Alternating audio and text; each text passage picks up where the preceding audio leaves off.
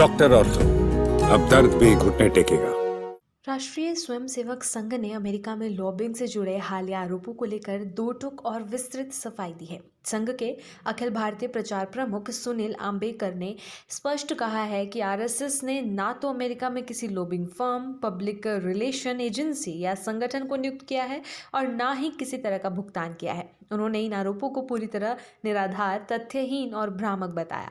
सुनील आम्बेकर ने एक मीडिया समूह को दिए इंटरव्यू में कहा कि आरएसएस मूल रूप से भारत का एक सांस्कृतिक और सामाजिक संगठन है जिसका उद्देश्य समाज में राष्ट्रभाव, सेवा और सामाजिक समरसत्ता को बढ़ावा देना है। उन्होंने कहा कि संघ का अमेरिका या किसी अन्य देश में किसी भी प्रकार का औपचारिक या अनौपचारिक लॉबिंग नेटवर्क नहीं है और ना ही उसका मकसद किसी विदेशी देश की नीतियों, कानूनों या द्विपक्षीय संबंधों को प्रभावित करना है। उन्होंने ये भी स्पष्ट किया कि अमेरिका में हाल के दिनों में जिस गतिविधि को लेकर सवाल उठाए जा रहे हैं वो आरएसएस द्वारा संचालित या निर्देशित नहीं थी।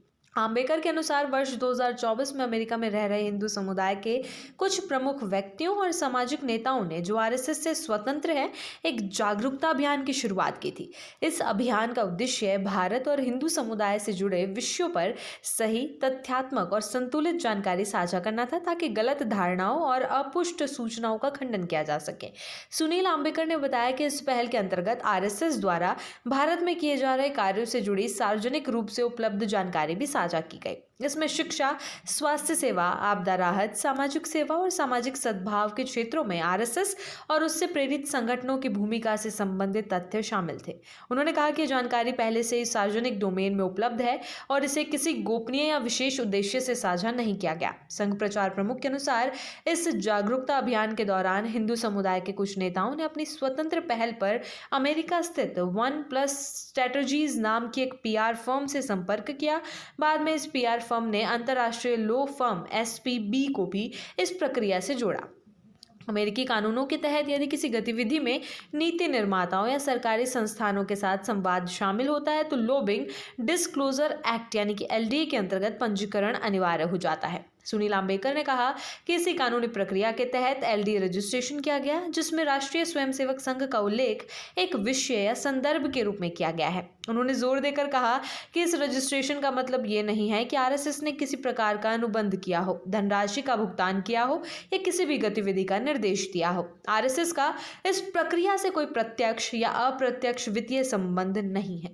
उन्होंने स्पष्ट शब्दों में कहा, भारत में आरएसएस ने किसी भी अमेरिकी लॉबिंग या एडवोकेसी फर्म को भुगतान नहीं किया है। आम्बेकर ने यह भी जोड़ा कि आरएसएस की भूमिका केवल सार्वजनिक रूप से उपलब्ध तथ्यात्मक जानकारी साझा करने तक सीमित रही है और उससे आगे किसी प्रकार की कोई रणनीतिक या राजनीतिक पहल नहीं की गई। सुनील आम्बेकर ने यह भी कहा कि अमेरिका में शुरू की गई ये पूरी पहल स्वैच्छिक थी और इसमें शामिल लोग अपने व्यक्तिगत और सामुदायिक दायित्व के तहत काम कर रहे थे। उनके अनुसार ये गतिविधि सद्भावना से प्रेरित थी और पूरी तरह अमेरिकी कानूनों और प्रक्रियाओं के अनुरूप थी। आरएसएस का इससे कोई संगठनात्मक नियंत्रण या संचालन संबंध नहीं था। संघ ने इस मुद्दे पर मीडिया से भी अपील की कि तथ्यों की पूरी जांच और पुष्टि किए बिना किसी तरह के आरोप ना लगाए जाएं।